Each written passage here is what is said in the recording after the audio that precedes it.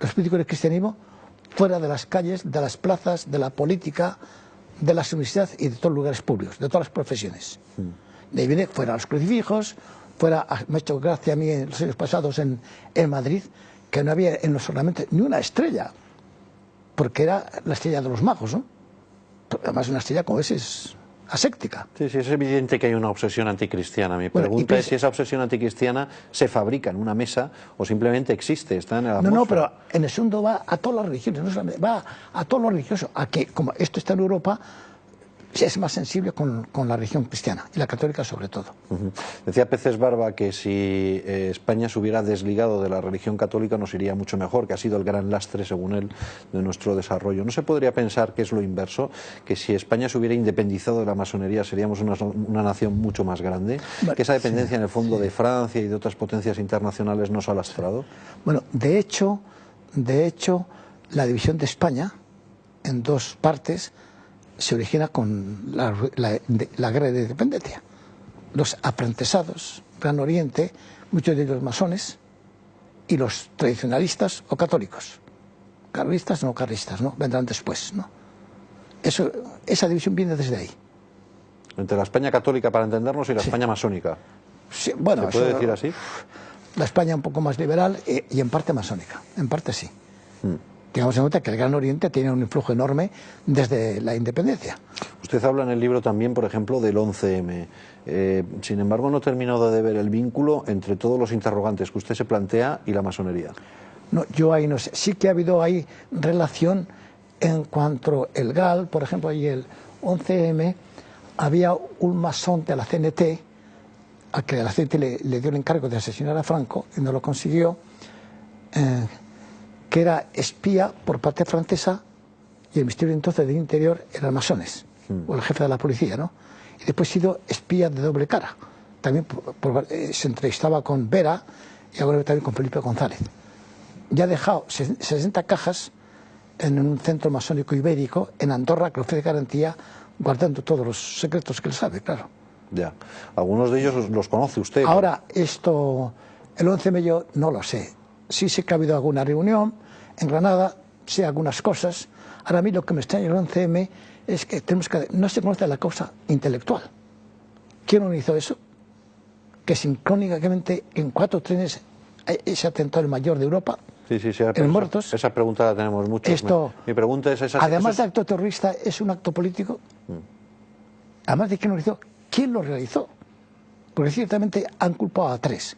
2 de ellos quedan descartados si es verdad que se usó el titadín en el gómado seco, que esto trabajan en gómado seco, ¿no? Cada uno al que han condenado a 40.000 años de cárcel, que sigue todavía en una celda de aislamiento. A mí me produce dolor la insensibilidad para no averiguar quién fue la causa material, que esto no pudo ser. Porque, según los testigos, ha visto al mismo tiempo en los 4 trenes. Yo sé que hay bilocación, ¿no? Pero, hombre, en esos casos no hay bilocación, ¿eh? Usted sostiene también que, aparte de estos interrogantes del 11M, la vinculación o posible vinculación de la masonería, incluso con el nacimiento del terrorismo de ETA. No, ahí no sé. Bueno, está Rosil, que sí es masón. Porque muchos piensan que ETA nació en un seminario. No, el ETA no nació en un seminario. Algún creo a sacerdote puede haber favorecido, ¿no? Más o menos inconscientemente. Pero nació en el castillo de Rosil, a 50 kilómetros de París.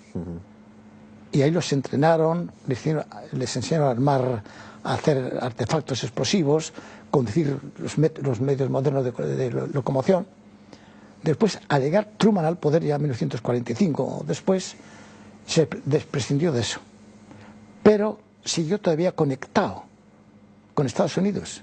Y el que fue el Endacari en el exilio, Aguirre, visitó todas las casas vascas, ahí pongo el nombre vasco, de casas vascas de América del Sur, de Filipinas y demás, para vincularlos con lo que luego fue la CIA.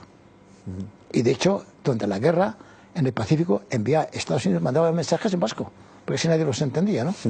Hecho por estos. ¿Podría haber vinculación también con el asesinato de Carrero Blanco? No lo sé. Fuera solamente ETA, yo veo que los coches de atentado de ETA quedan achicharrados. Ahora, ninguno levanta 2 metros del suelo. y ese pasó por encima de una casa. Luego tuvo que haber alguien que le dio esa capacidad a ese coche, ¿no? Ahora no lo sé, no es... Padre, hay quien piensa que la Iglesia ha girado en relación a la masonería y que ahora ya hay una relación más cordial y que se podría compatibilizar ambas pertenencias. Se puede ser católico y masón, ¿eso es así? Esto lo dicen ahora los masones, insisten, y también algunos clérigos lo dicen, ¿no? Ahora, pero evidentemente no. Sí que ha habido un cambio en el sentido de que el antiguo Código de Derecho Canónico de Benito XV, 1917 o por allá, la masonería caía en excomunión. Era un miembro amputado, echado fuera de la Iglesia. Ahora, en 1983 salió una nota firmada por el prefecto de la doctrina de la fe, Cardenal Ratzinger, con la aprobación de Juan Pablo II, en que decía: los principios de la masonería siempre han sido inconciliables con la doctrina de la Iglesia Católica. Por eso un fiel, un católico que sea masón, está en estado de pecado grave y no puede recibir la Sagrada Comunión. O sea, en vez de ser un miembro amputado, es un miembro paralítico, muerto, pero que puede revivir si prescinde de la masonería. Claro. Porque el ADN, ¿se puede afirmar que el ADN de la masonería es intrínsecamente anticristiano? Precisamente por ese relativismo y ese laicismo. Sí, el relativismo, el laicismo, la gnosis y sobre todo el método. Que el método entre nosotros es el modo de elaborar o de hacer algo, ¿no? Bien intelectual o bien manual. Pero aquí el método es fundamental, porque por el método masónico uno puede tener creencias y convicciones muy firmes, pero tiene que estar dispuesto a cuestionarlas siempre. Y en ese caso, aceptar la doctrina o la opinión o la creencia que tenga mayoría de votos o que por la fuerza dialéctica mayor del que los pone, se impone. Por tanto, fuera la verdad de fe, fuera los dogmas y fuera todo. Claro. Fuera todo lo sobrenatural. Y fuera la adoración de Dios, porque sí, probablemente el axioma, el gran dogma de la masonería es ese que verbalizaba Zapatero, de que no es Dios quien merece adoración, es el hombre quien merece adoración, ¿no? Esa deificación del propio hombre. Sí, además en la masonería ya en la cristiandad donde está el que la religión divide. Eso es cosa que ahora yo he oído en mi pueblo hasta un obrero sin formación ninguna jubilado. Porque la religión y la política divide. Digo, ahora, la religión que es del amor, otra cosa es que a veces no vivamos el amor, ¿no? Porque claro, la religión que es el amor tiene que unir. Si vivimos como cristianos, como católicos. Ahora, si no... Decía también Zapatero, enmendándole la plana nada menos que a Jesucristo, que no era la verdad la que nos hacía libres, sino la libertad la que nos hacía verdaderos. ¿Se puede decir que es un axioma masónico?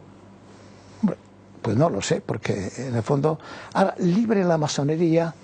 Libre no es propiamente la libertad antropológica, poder hacer algo, no hacerla, Suárez, o poder hacer el bien, Santo Tomás de Aquino, sino es libre de dogmas y de imposiciones ético-morales.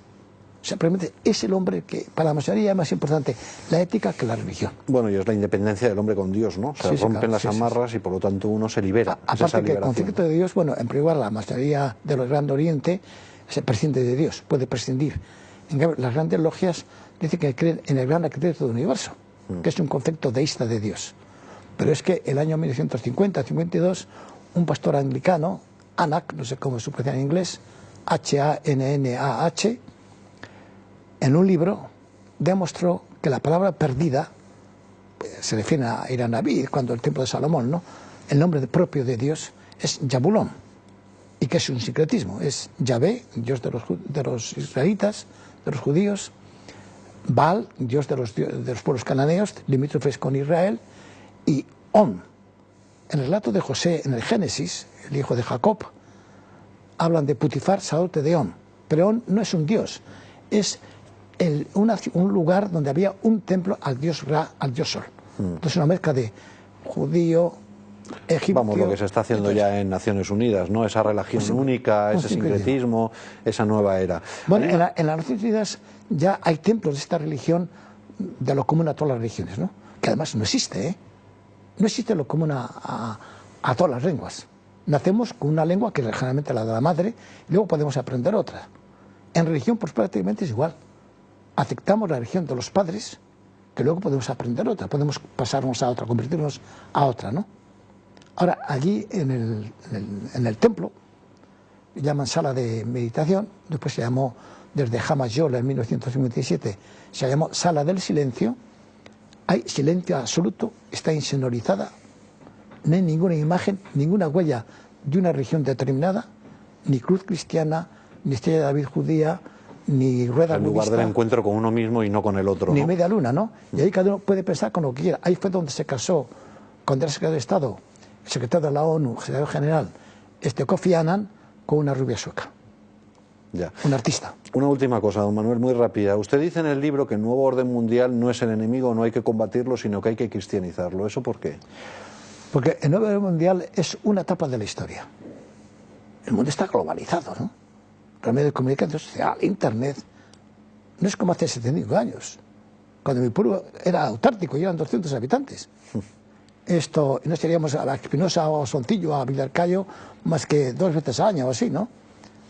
El mundo está globalizado. Eso hay que aceptarlo. Ahora, lo que un cristiano no puede aceptar es que sea relativista, sincrético y laicista. Eso no se puede aceptar. Este mundo está indigente de Jesucristo y de una nueva evangelización. Ya depende de nosotros, ¿eh? No es la primera vez que pasa esto en la historia. Piense, por ejemplo, en la invasión de los bárbaros, ¿no? Aquel cataclismo que fragmentó toda la Europa occidental. Por eso, hay que saber convivir con los signos de los tiempos. Y luego que los cristianos seamos cristianos de verdad. Por supuesto. Y no nos dejamos contagiar, claro. Don Manuel Guerra, ha sido un placer, nos ha aclarado muchas dudas y esperemos que con este libro se puedan disipar muchos más interrogantes. Gracias y muy buenas noches. Muchas gracias, Luis. Y muchas gracias a Intereconomía. Gracias a ustedes, buenas noches.